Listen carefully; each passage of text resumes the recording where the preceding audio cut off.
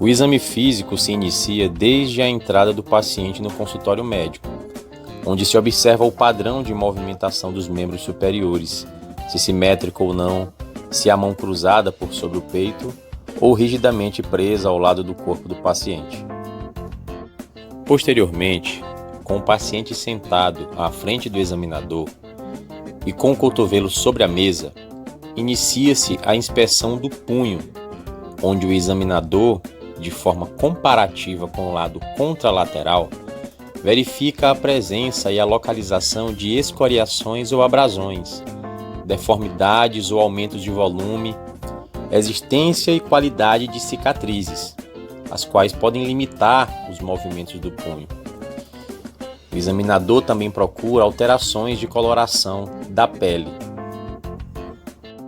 No exame físico da mão, verifica-se a atitude do membro examinado, que nada mais é do que a posição discretamente fletida em repouso das articulações metacarpofalangianas e falangianas, permitindo que os dedos permaneçam quase que paralelos uns aos outros, mostrando o bom funcionamento do tendão flexor dos dedos. Posteriormente, o examinador realizará a contagem dos quirodáctilos presente em cada mão do examinado. Na face palmar da mão, o examinador deve atentar para a presença das principais pregas interfalangianas, palmar distal, palmar proximal e tenar.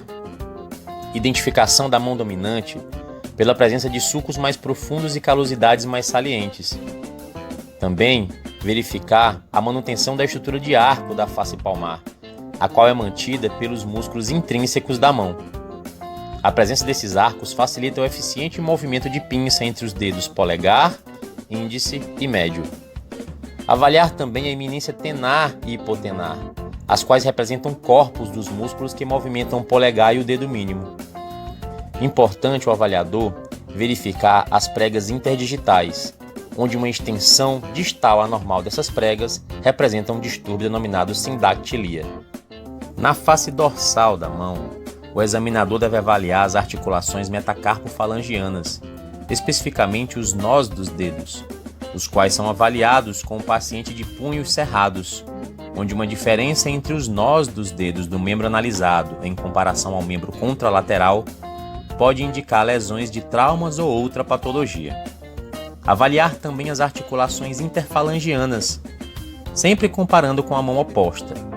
Após, o examinador avalia as unhas, as quais normalmente são rosadas, íntegras, sem rachaduras e com meia-lua de cor branca. Unhas em forma de colher ou baqueteadas podem ser decorrentes de graves infecções micóticas, distúrbios respiratórios ou cardiopatias congênitas. Após a realização da inspeção, deve ser feita a palpação de ossos, peles e partes moles. Lembrando sempre que, assim como o restante do exame físico, a palpação deve ser feita bilateralmente para avaliar anormalidades.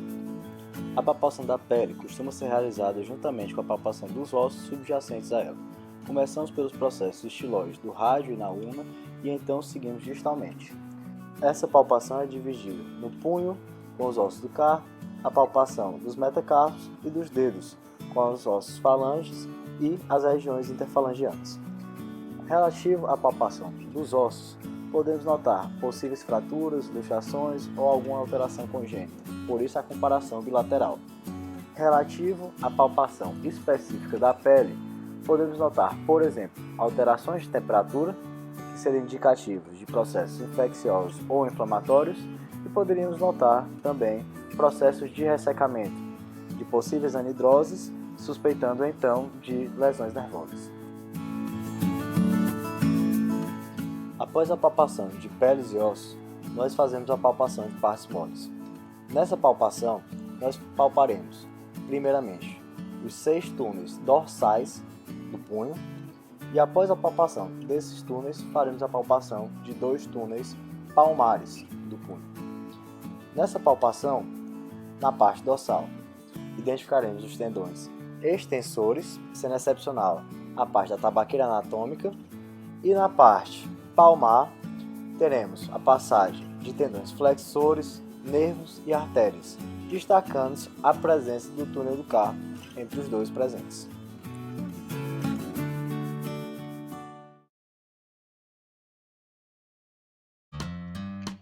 A mobilidade deve ser avaliada bilateralmente para averiguar quaisquer diferenças e checar a possibilidade de patologias. Pode-se iniciar com a orientação do paciente para a realização da flexão e extensão do punho.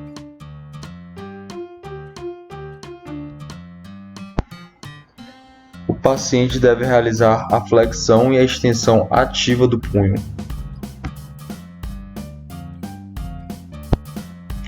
Orientar a realização do desvio ulnar e radial. Supinação e pronação.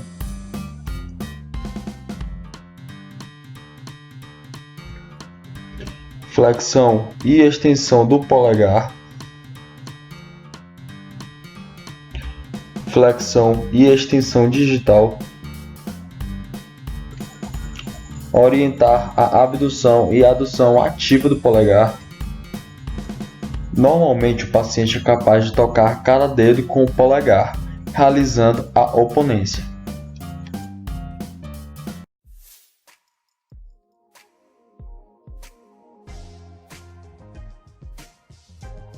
Teste de sensibilidade. É importante lembrar que os três principais nervos responsáveis por essa função são mediano, ulnar e radial. O nervo radial inerva a região da tabaqueira anatômica e parte do dorso do polegar. O nervo mediano inerva o restante do dorso do polegar, dedos indicador e médio e a metade radial do dedo anular. O nervo ulnar inerva a metade ulnar da superfície do dedo anular, todo o dedo mínimo e face dorsal do anular e dedo mínimo. Teste de discriminação de 2 pontos. Com a mão espalmada e olhos fechados, testa-se, na polpa digital, a capacidade de reconhecimento entre 2 pontos com o discriminador. Distâncias de até 5 mm são consideradas normais. Teste para flexor superficial dos dedos. Para executar esse teste, segure os dedos do paciente em extensão. Peça para ele fletir o dedo ao nível da articulação interfalangiana proximal. Caso ele consiga, o tendão do flexor superficial dos dedos está íntegro. Caso contrário, ele pode estar seccionado ou ausente. Teste para flexor profundo dos dedos. Estabiliza-se as articulações interfalangianas e metacarpofalangianas em extensão. A seguir, peça para o paciente fletir o dedo a nível da articulação interfalangiana distal. Se ele for capaz de fazê-lo, mostra integridade do tendão. Caso contrário, o tendão pode estar seccionado ou o músculo desnervado. Teste do adutor do polegar ou teste de Fromet. Realiza-se a apreensão de uma folha de papel entre o polegar e o indicador e o examinador tenta puxá-lo. Na ausência do adutor, essa tarefa é executada pela articulação interfalângica do polegar. Nesse caso, o teste é considerado positivo. Pesquisa da integridade do extensor comum dos dedos. Realiza-se a extensão das articulações metacarpofalângicas com as interfalângicas proximais fletidas. Teste para abdutor do dedo mínimo. É responsável pelo afastamento do quinto dedo em relação ao dedo anular. Pesquisa do extensor próprio do indicador e do dedo mínimo. Com os dedos médio e anular fletidos, pede-se para o paciente realizar a extensão ativa do indicador e do dedo mínimo. Teste do extensor longo e curto do polegar. A presença da extensão ativa da falange distal do polegar reflete a integridade do extensor longo do polegar. O extensor curto, por sua vez, estende a falange proximal. Teste dos interósseos ventrais e dorsais. Interósseos ventrais. Realiza-se a adução dos dedos em relação ao dedo médio. Interósseos dorsais. Realiza-se a abdução dos dedos em relação ao dedo médio. Pesquisa da contratura dos músculos intrínsecos. Com a articulação metacarpo-falângica em extensão, realiza-se a flexão ativa da articulação interfalângica proximal. A dificuldade em realizar a flexão normal dessa articulação sugere a presença da contratura do músculo intrínseco. O teste é repetido com a articulação metacarpo-falângica em flexão. Se houver flexão ativa da interfalângica proximal sem dificuldades, comprova-se a hipótese diagnóstica de contratura do intrínseco. Pesquisa dos ligamentos colaterais da articulação metacarpo-falangiana do polegar. Com a articulação fletida em 30 graus, realiza-se a adução e abdução da falange proximal do polegar e verifica-se, respectivamente, a função dos ligamentos radial e ulnar. Em caso de insuficiência, repetindo o lado contralateral. Pesquisa da função do abdutor longo do polegar. Com a metacarpo-falângica e a interfalângica fletidas, realiza-se a abdução do primeiro metacárpico no plano da palma. Teste dos lumbricares. Flexão ativa das articulações metacarpo-falângicas simultaneamente com a extensão ativa das articulações interfalângicas. Teste de Fallen e Fallen invertido.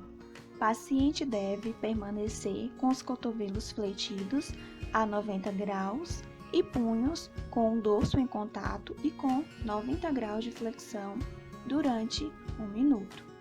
O aparecimento de parestesia na mão pela compressão do nervo mediano e diminuição do túnel do carpo significa que o teste é positivo e sugestivo de síndrome do túnel do carpo. O Fallen invertido é realizado com os punhos em extensão máxima. Teste de Allen, utilizado para o diagnóstico de lesão ou insuficiência de artéria ulnar ou radial, ou lesão de arco palmar superficial. Realiza-se a flexão ativa dos dedos por alguns segundos. Em seguida, pressiona-se as artérias radial e ulnar, obstruindo temporariamente o seu fluxo sanguíneo. Os dedos são levados à posição de extensão, identificando-se palidez característica pela ausência da perfusão sanguínea. A seguir, libera-se o fluxo da artéria ulnar e observa-se, no teste normal, o retorno da perfusão sanguínea. Repete-se a manobra testando a artéria radial. Teste de Tinel. Com o punho do paciente em supinação e a palma da mão aberta, percuta com o indicador a região do túnel do carpo, na face volar do punho. Caso o paciente refira sensação de formigamento ou choque, o teste é positivo e sugestivo de síndrome do túnel do carpo.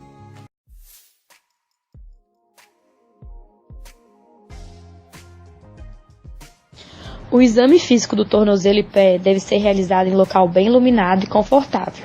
O paciente deve estar vestido de forma que haja visualização de todo o membro inferior, assim podendo identificar a presença de defeitos torsionais ou angulares, dismetrias ou hiperplasias segmentadas.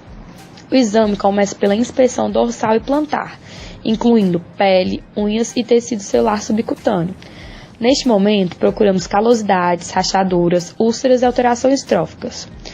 O suprimento sanguíneo é examinado pela palpação de pulsos periféricos através das artérias pediose e tibial posterior e pela perfusão dos tecidos, em especial dos leitos subungueais.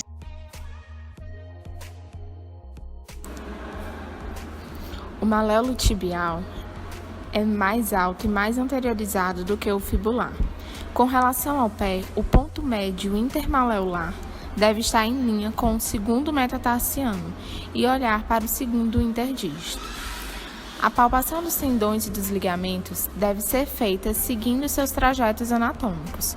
Além do tendão calcâneo, devem ser palpados os tibiais posterior e anterior, flexor longo do hálux e os fibulares. Na face medial, o ligamento deltoide aparece como uma forte banda fibrosa. Na face lateral, palpam-se os ligamentos fíbulo-talar anterior e o fíbulo calcâneo.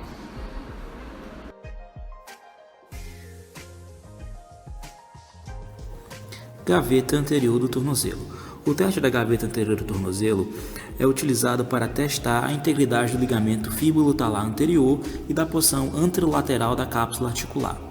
Na lesão dessas estruturas, ocorre o descolamento anterior do talo no interior da pinça bimaleolar e surge uma zona de depressão na face anterolateral do tornozelo. A manobra deve ser comparativa ao lado oposto. Teste de Thompson. O teste de Thompson é usado para avaliação da integridade do tendão calcâneo. A compressão manual da panturrilha produz encurtamento da massa muscular que se transmite pelo tendão calcâneo até o pé, que faz uma flexão plantar, indicando a integridade do tendão. Teste do pé equino. Para a mensuração do arco de movimento da articulação tibio-tássica, o examinador segura com uma das mãos o calcanhar do paciente e com a outra o antepé. Realiza o movimento completo de flexão e extensão do tornozelo. O grau de extensão do tornozelo deve ser testado com o joelho fletido e estendido, a fim de se avaliar possíveis encurtamentos dos ventres dos gêmeos. Teste para pé plano, rígido ou flexível. Para analisar pé plano, observe os pés do paciente enquanto ele fica de pé apoiado sobre os dedos e ao sentar-se. Se o arco longitudinal medial estiver ausente em ambas as posições, o paciente será portador de pé plano do tipo rígido. No entanto, se o arco estiver presente enquanto ele se apoia sobre os dedos dos pés ou está sentado, desaparecendo quando ele fica de pé, trata-se de um pé plano flexível, passível de correção mediante palmilhas ortopédicas que sustentem o arco longitudinal. Sinal de Roman. Para testar a presença de tromboses venosas profundas, force a dorsiflexão do tornozelo do paciente, mantendo-lhe a perna estendida. Se durante a manobra o paciente se queixa de dor na panturrilha, trata-se de sinal de Roman positivo. A dor à palpação profunda das panturrilhas é outra evidência de trombose venosa profunda. Teste de Jack. O teste de Jack é utilizado para determinar a liberdade de movimentos da articulação subtalar, a integridade do tendão flexor longo do hálux e a sincronização autônoma ou reflexa entre as musculaturas intrínseca e extrínseca do pé. O teste é realizado com o paciente em ortostase bipodálica. O examinador provoca com um de seus polegares a extensão passiva da articulação metatarso-falângica do hálux, ao mesmo tempo que observa a variação do retropé, o surgimento ou acentuação da abóbada do pé e a rotação externa da perna. Considera-se positivo o teste em que foram observados esses fenômenos, indicando bom prognóstico no tratamento conservador dos pés planos valgos flácidos da infância. Teste da ponta dos pés. O teste da ponta dos pés é utilizado para avaliar a integridade dos tendões calcâneos e tibial posterior e a capacidade neuromuscular de se erguer na ponta dos pés. Além disso, o teste fornece dados a respeito da mobilidade da articulação subtalar. O paciente, estando em apoio bipodálico, é solicitado a colocar-se na ponta dos pés, apoiado sobre as cabeças dos metatarsos, enquanto se observam as faces medial e posterior do tornozelo e do pé. O resultado esperado para a manobra consiste em se obter a elevação suave e simétrica dos calcanhares, acompanhada de variação progressiva do retropé, à medida em que aumenta a sua elevação em relação ao solo. Quando há bloqueio da movimentação da articulação subtalar, não ocorre variação normal do retropé. Reflexo aquileu. Para testar o reflexo aquileu, peça ao paciente para sentar-se na borda da mesa de exame com as pernas pendentes e tensione levemente o tendão através de uma discreta dorsiflexão do pé. Em seguida, para localizar o tendão com precisão, coloque seus dedos nas depressões de tecido mole que envolvem o tendão. Percuta o tendão com a parte achatada do martelo de exame, fazendo uma rápida flexão do punho para induzir uma flexão plantar involuntária. Manobra comparativa ao lado oposto.